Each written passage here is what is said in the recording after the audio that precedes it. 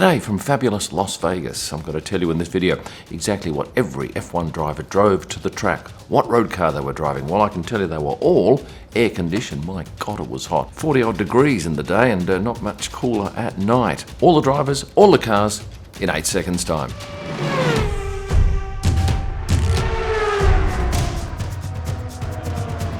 I'm 68 floors above Las Vegas Boulevard in the beautiful Cosmopolitan Hotel, and how's that for a view by day and by night? It's just completely unbelievable. But let's go through what the drivers drove, and I'm going to start off with the Red Bull drivers. Two different cars for them. One was in a Lincoln CORSAIR. Now, we don't see Lincolns in Australia, but this is very similar to a Ford Escape, although this one has a 2.5 litre engine, while the Ford has a 1.5 litre engine.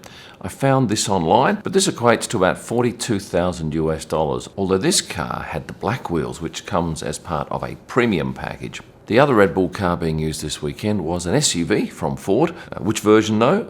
As in the US, it's available in 8 different trim levels with 3 different engine options, including a hybrid. Seat 7 has plenty of room for cargo, but in this car there were just 3. Sergio, his manager, and his trainer. Pierre Gasly was in one of my favourite cars, a Toyota LANDCRUISER V8 5.7. Now this car is very much at home in the Middle East with immense off-road opportunities and plenty of sand, as you can imagine. They're so reliable, so powerful, although Pierre's drive was all on-road. And where did Pierre get his car from? F42 Travel. They provide VIP ground services for sporting events across the world. I, like many of the F1 teams, use F42 Travel, and it's amazing. You just arrive at the airport, pick up your keys from one of their staff, and you're away. There's no documents, there's no contracts to sign, and no waiting in lengthy queues. That's the best part, because it's all been done before you arrive. If you're running a sporting event or you just need some corporate cars, there's no job too big or too small for F42 Travel. They've made my life renting cars so much easier. This is their website, and you'll also find a link in the description. Esteban also had an equally as large a car, a Chevy Tahoe. Now I see plenty of those on the streets here in Las Vegas, and they're commonplace in Mexico, although a lot of the Mexican cars I see around the Mexico City Grand Prix have bulletproof windows because things aren't too safe there. But in Doha, absolutely no need for bulletproof windows because it's super safe and crime is very much not tolerated. Now I was here 2 years ago, 2021, for the first Qatar Grand Prix, and the track was dramatically different and the drivers parked right next to the entry to the paddock. This year though, the car park was moved a little bit. They were parking undercover, which they weren't back in 2021, and you need undercover parking here so your car doesn't absolutely melt during the day. Now most of the drivers parked in that car park. They then walked through the security screening and then into the paddock, although a couple, Nico Hulkenberg for one, would come in at the other end, which meant he had a shorter walk to the Haas hospitality suite. I must say that working out what cars the drivers drove was a little trickier than, say, Italy, where the guys that run the car park there know every driver. They're passionate about Formula One, and they give me a whole lot of tips, and I thank them very much. But here, not one of the people out in that car park doing security had any idea of any driver. They couldn't even tell you who Lewis Hamilton was. It meant a lot of detective work. Although I got to say, finding out Lando and Oscar's cars was very simple because they are 2 of only 4 drivers that have their names written on their car parking sticker. And as you can see here, this is a Ford Expedition. And Oscar Piastri, who had his first ever race win, albeit a sprint race, he was also driving a Ford Expedition. The Haas drivers, both of them driving Jeep Grand Cherokees, once again from F42 Travel. These start around US 55 grand in this country. That's about 20% more than what you'll find them on the road for in the US. And they compete with the Toyota LANDCRUISER Prado and the Ford Explorer. Very comfortable cars and ideal for the Middle East. AlphaTauri drivers, were they driving big SUVs? No, they were in Hondas, and modest ones at that. Here's Yuki's Honda City. Is this a compact car? No, it's a subcompact. A Honda City, I'd never heard of this car before. It's a bit of a slug though, 0 to 100 kilometers an hour in more than 10 seconds and a top speed of just 170 kilometers an hour. And what's the maximum speed limit on the roads around Doha?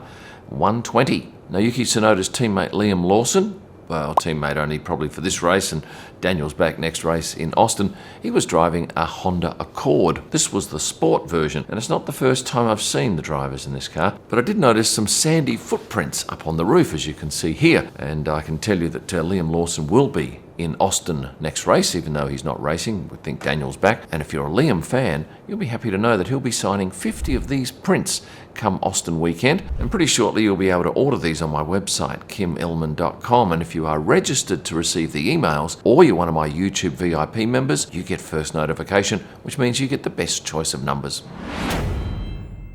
Another driver to do a signed print run with me last race was Logan Sargent, and he rolled up to the track in a Jeep Grand Cherokee like the Haas drivers. Alex Albon? Yep, exactly the same car. I did feel very sorry for Logan after finding out, probably a couple of hours after the race finished, that he'd had to pull out because of near exhaustion. And that was a pretty brave move on the fella's part, because things were pretty nasty there. I mentioned this in my video the other day, but the conditions were oppressive for us photographing. And we were in just 35 or 36 degrees Celsius heat with high humidity. The drivers probably getting up to 60 degrees in the cockpit. Their body temperatures probably around 40, which is very dangerous. And you probably already read about the fact that Esteban vomited in his helmet. You had Lance Stroll nearly collapsing after he got out of the car, and a couple of drivers fainting in the medical centre. I just mentioned Lance Stroll. He was driving an Aston Martin, as you'd imagine, a DBX, as was his teammate Fernando Alonso. But one of the drivers, and I'll have a 50-50 guess and say Fernando, had this amazing coloured leather inside the car. And were these cars rented? I believe not. I think these are from a dealer according to the plates. Yeah, that would be a fair guess. For those of you wondering how much these drivers were paying for fuel, well, of course the drivers aren't paying anything, the team's paying for it. But on Sunday night when I filled my tank up, I had 33 litres, cost me about 62 real, and that works out at about 48 euro cents a litre, or for the Americans, about $2.38 a gallon. That is very cheap. And what are they paying in California, where I was yesterday? I think I saw about double that price at the Bowser. Moving on now to the Ferrari drivers, and we had a couple of magnificent Maseratis. This is Carlos's car, and how do you pronounce this model? Maserati GHIBLI. Yes, Maserati GHIBLI. And where exactly were the hotels that these drivers were staying at? Some were staying in Lusail, which is about probably a third the way towards the track from the city of Doha, where the others were staying. A number of drivers were staying at the likes of the Waldorf Astoria and the Ritz-Carlton, and were there hundreds of fans waiting to see their favourite driver as they made their way into the track? None. I don't think anybody stood out the front, unlike, say, Japan, where they are out there all day and very excited when a driver drives past. And what were the Ferrari drivers driving 2 years ago when we first raced in Doha? These Ferraris from a local dealer. 4 more drivers still to go, and I think they would have all appreciated the really relaxed traffic conditions on that drive out to the track, although on one day there was quite a solid sandstorm, which meant visibility was probably down to about 1 kilometre. Alfa Romeo drivers, well, predictably both driving Alfa Romeos. Valtteri Bottas in a Stelvio and Zhou Guanyu in a Tonale. And both of these cars had this featured on them. Now, I'm keen to hear if you're somebody that reads Arabic. Tell me, what does this say in the comments?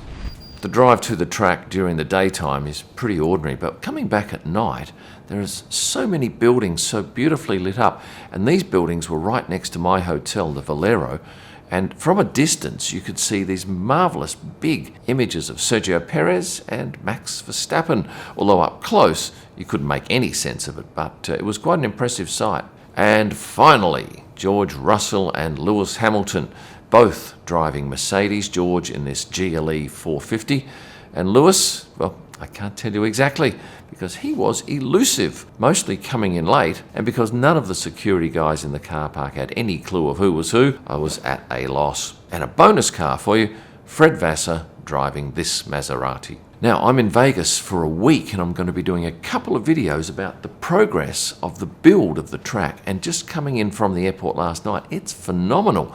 The pit building looks amazing at night, and I'm very keen to see what's happening with the hospitality suites, because it wasn't plainly evident when I drove in. Trust you've enjoyed this video. If so, please hit the like button, and some of you have not subscribed. A reminder that if you'd like one of my signed F1 prints, head to kimillman.com, where you'll also find merchandise and F1 photo books. For my digital images, go to prostarpics.com, and for my best images live from the track and during the week, you know where to go, Instagram, and type in @KimIllman. Thanks for watching, and stay passionate.